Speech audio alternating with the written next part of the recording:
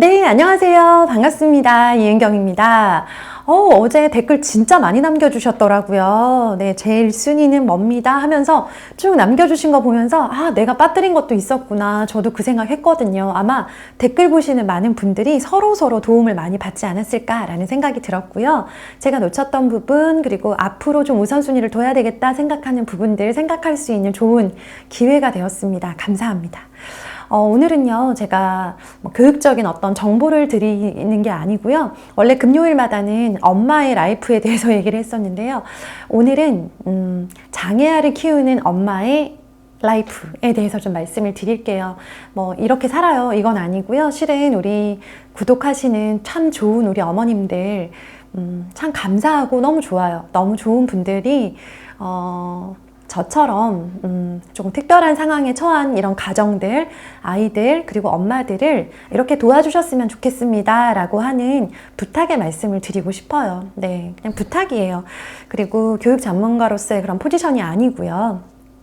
교사고 뭐고 다 필요 없고 장애아를 키우는 어느 유튜브 하는 엄마의 영상이다 라는 마음으로 좀 편안하게 봐주셨으면 좋겠어요. 이 영상을 생각하게 된 이유는요. 실은 이제 저희 아이가 그 장애가 있다라는 이유로 좀 속상한 일들을 많이 겪고 있거든요. 겪으면서 계속 느끼는 거는 이런 일들을 그냥 하나씩 넘겨버리고 참아버리고 나면 우리 사회에 같이 살아가고 있는 장애를 가진 친구들은 계속 이런 처우를 받겠구나 라는 생각에 뭐라도 장애인에 대한 그런 편견과 차별을 줄여보고자 하는 마음으로 만든 영상이고요.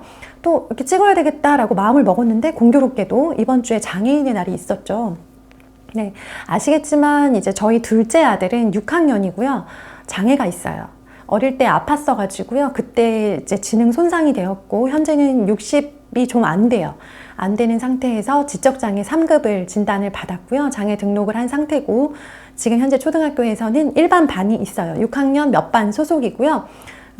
예전으로 말하면 특수반, 지금은 도움반이라고 하고요. 개별화 교육을 진행하는 그런 학급에 소속되어 있기도 합니다. 어쩌냐면요, 메인 수업은 6학년 교실에서 하되 국어, 수학처럼 개별화 교육이 필요하고 수준이 많이 낮은 과목들은 도움반 수업에 가서 따로 배우고 오고요. 그렇게 하면서 이제 중학교를 특수학교로 진학을 해야 될지 일반 학교로 진학을 해도 괜찮을지 이런 것들 진로로 생각하고 있습니다. 먼저는 이제 장애가 아닌, 보통은 장애, 비장애 이렇게 나누는데요. 좀 헷갈리실 것 같아서 정확한 명칭은 장애, 비장애 아동이고 장애 아동이라고도 하지 않고 개별화 교육 대상자라는 그런 정식 명칭이 있거든요. 그러니까 어디가 이렇게 좀 안 좋고 나쁘다는 게 아니라 개별적으로 교육을 받아야 되는 상황의 아이다라는 그런 좋은 의미를 담고 있어요. 근데 그 언어가 되게 길어요, 어휘가. 그래서 그냥 장애 아동 그리고 일반 아동 이렇게 말씀을 드릴게요. 혹시나 이 어휘가 거슬리시면 조금 양해 부탁드리겠습니다. 아이가 몇이든 간에 장애 아동이 없다, 우리 집에 다 일반 아이다 라고 하시는 분들 계시면요, 제가 진심으로 부럽기도 하고요. 그리고 좀 부탁드리고 싶은 게 있어요. 우리 아이들이요, 학교든 학원이든 또 혹은 교회든 아니면 여러 가지 그룹에서 장애를 가진 아이들을, 친구들을 만나게 되는 경우가 있습니다. 물론 우리나라는요, 전체적인 분위기가 여전히 장애에 대해서는 편견과 차별이 많기 때문에 이 아이들이, 장애를 가진 아이들이 사회로 많이 나와 있지는 않아요. 장애인의 숫자는 비슷한데요, 한국의 거리를 돌아다니면 장애인을 별로 만날 수 없는 이유가 우리나라의 장애인들은 집안에 많이 있어요. 집안이나 기관, 시설 이런 곳에. 제가 캐나다에 가서 너무 놀랬던 게요, 장애인이란 장애인은 다 거리로 나와 있는 것 같았어요. 오죽하면 카페에 테이블이 2개밖에 없는 정말 작은 카페였는데요, 그 중에 하나는 장애인용 좌석이었어요. 아무도 앉을 수 없어요. 그 정도로 장애인과 비장애인, 일반인들이 함께 살아가는 것에 대해서 굉장히 좀 익숙해 있는 모습이었어요. 그게 되게 부럽기도 하고 좀 충격적이기도 했습니다. 그래서 이제 한국에서도 장애 때문에 힘들어하시는 많은 가정들이 캐나다 이민을 고려하시는구나, 그런 생각도 했었고요. 우리 장애를 가까이서 볼 기회가 없는 일반 가정을 이제 꾸리고 계시는 어머님들, 우리 아이들에게 한번 좀 이야기를 나눠주셨으면 좋겠어요. 아이들이 장애가 있는 뭔가 좀 다른 특별한 친구들을 만났을 때 어떻게 배려해주면 좋고 또 어떤 도움을 주면 좋을지에 대해서 우리 아이를 위해서, 이게 그 장애에 있는 친구를 위해서이기도 하지만 동시에 우리 아이를 위한 거기도 하거든요.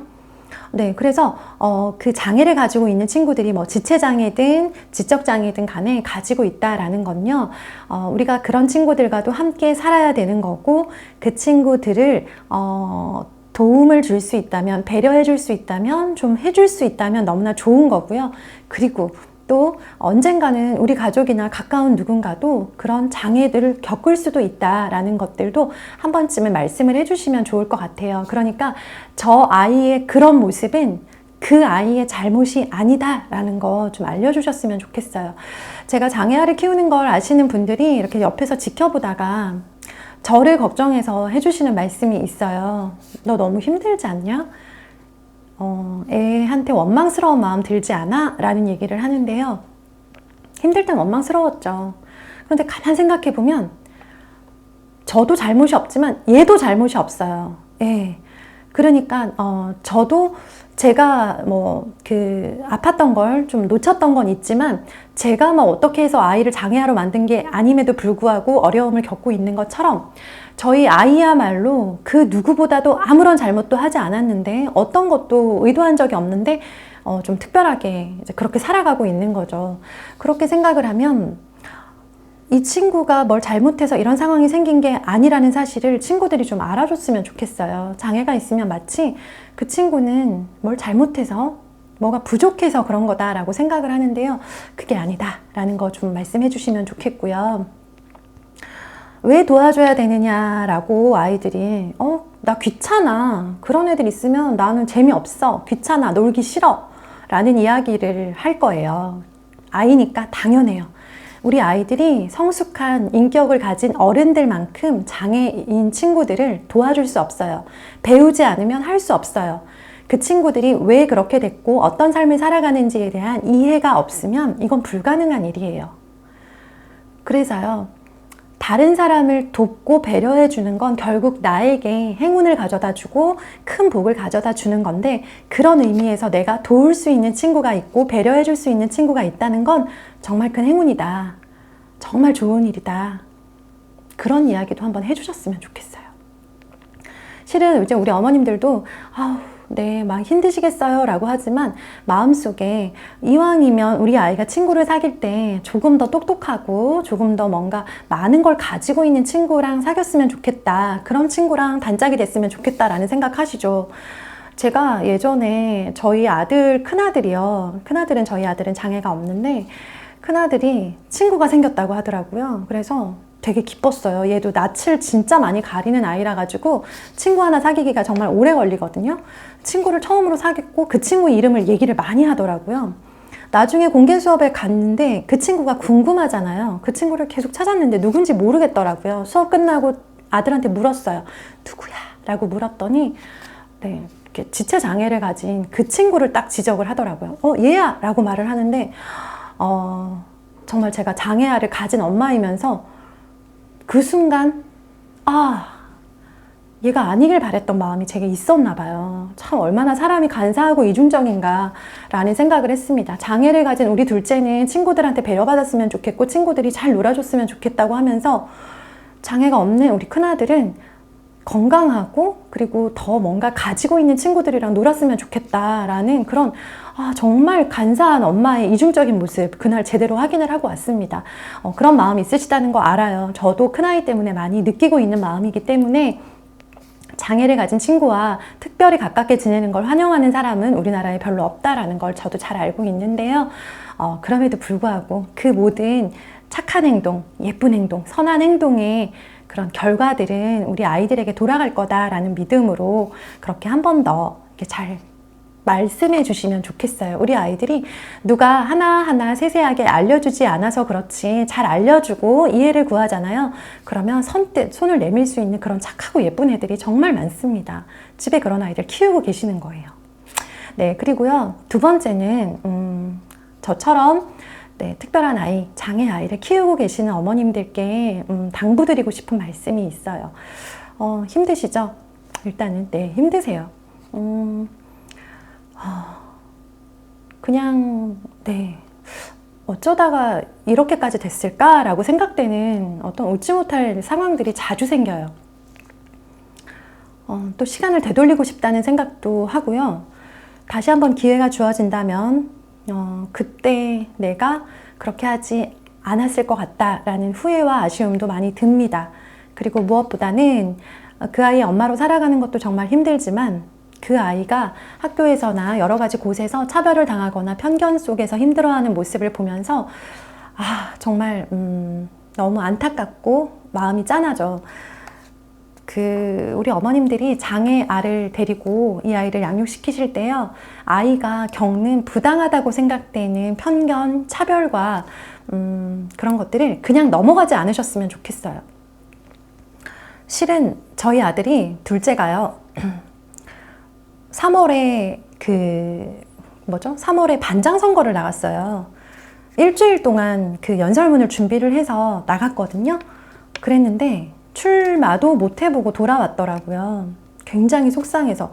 그래서 왜 출마를 못했어? 저희는 나가더라도 전학원 학교에서 한 표를 얻는 것도 어렵겠다 생각은 했지만 본인이 원하니까 나갈 수 있다라고 생각해서 도와줬는데 아예 출마를 못했대요. 이유는 담임 선생님께서 너는 도움반에 가 있는 시간이 많기 때문에 우리 반의 부반장으로서의 역할을 하기가 어려워 라고 해서 아예 출마를 못하게 하셨다고 하더라고요. 아이가 수긍을 했고 출마 못하고 연설문 연습한 거 한마디도 꺼내지 못하고 집으로 왔어요. 그 얘기를 들었는데 네, 뭐라고 설명할 수 없는 정말 참담한 기분이 들었어요. 이게 바로 정말 이렇게 장애 아들이 겪는 현실이구나 라는 생각이 들었고요. 정말 마음 같아서는 당장 학교로 뛰어가고 싶었어요. 막 교무실, 교장실 쳐들어가고 싶었어요. 예전에 학교에 근무할 때 보면요, 너무 화가 나서 그렇게 쳐들어오시는 학부모님들 계셨거든요. 어떤 학부모님은 이렇게 강목을 들고 오셨더라고요. 그 정도로 많이 화가 나셨었는데 그분들의 심정도 이해가 됐어요. 되면서 그런데 참았어요. 근데 며칠을 참다가 생각을 해보니까 저희 아들이 다니는 초등학교에 저희 아들은 6학년 최고 오빠고요.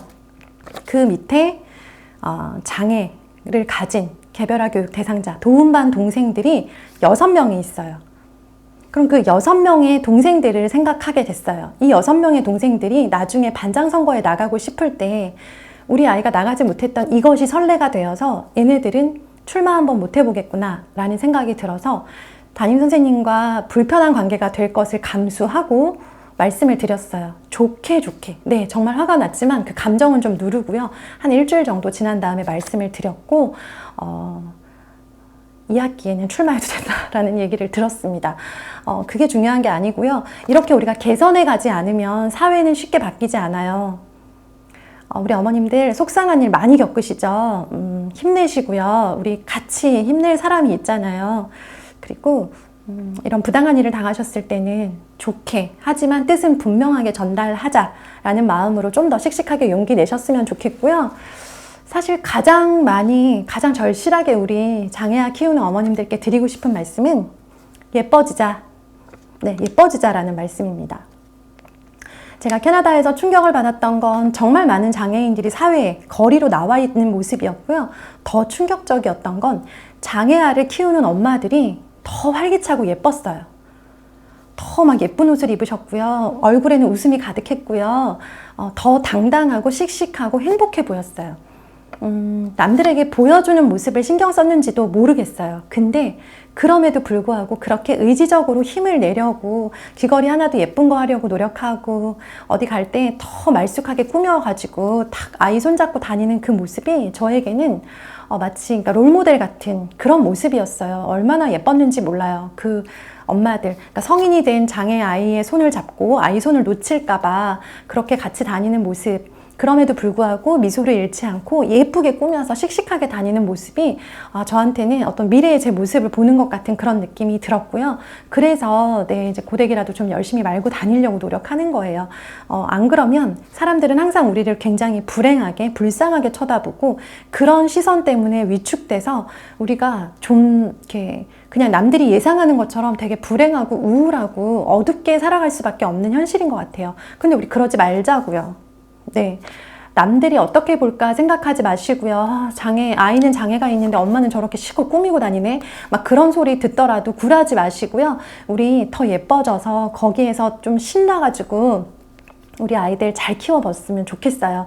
아이들도 잘못한 게 없고요. 엄마도 잘못한 게 없어요. 아이 덕분에 엄마가 더 젊고 더 싱싱하고 활기차고 예쁘게 살았으면 좋겠어요. 저는 그렇게 살 거예요. 네. 장애 키우고 계신 어머님들 가끔씩 댓글 남겨주시는 거 잘 보고 있어요. 보면서 정말 눈물 지을 때도 있습니다. 우리 힘내시고요. 그리고 일반 아동 키우시는 어머님들 제가 어떤 의미로 이런 영상 드리는지 다 이해해 주실 거라고 생각해요. 네, 감사드리는 마음으로 간절하게 부탁드립니다. 집에 있는 아이들에게 친구를 배려하고 도와주는 행운을 가진 아이다 라는 이야기 꼭 전해주셨으면 좋겠습니다. 그리고 저한테 저도 장애아이를 키워요 라고 메일 주신 많은 분들 계시죠. 우리 동지예요. 같이 키우는. 네, 반갑습니다. 그리고 우리 아이들 잘 키우고요.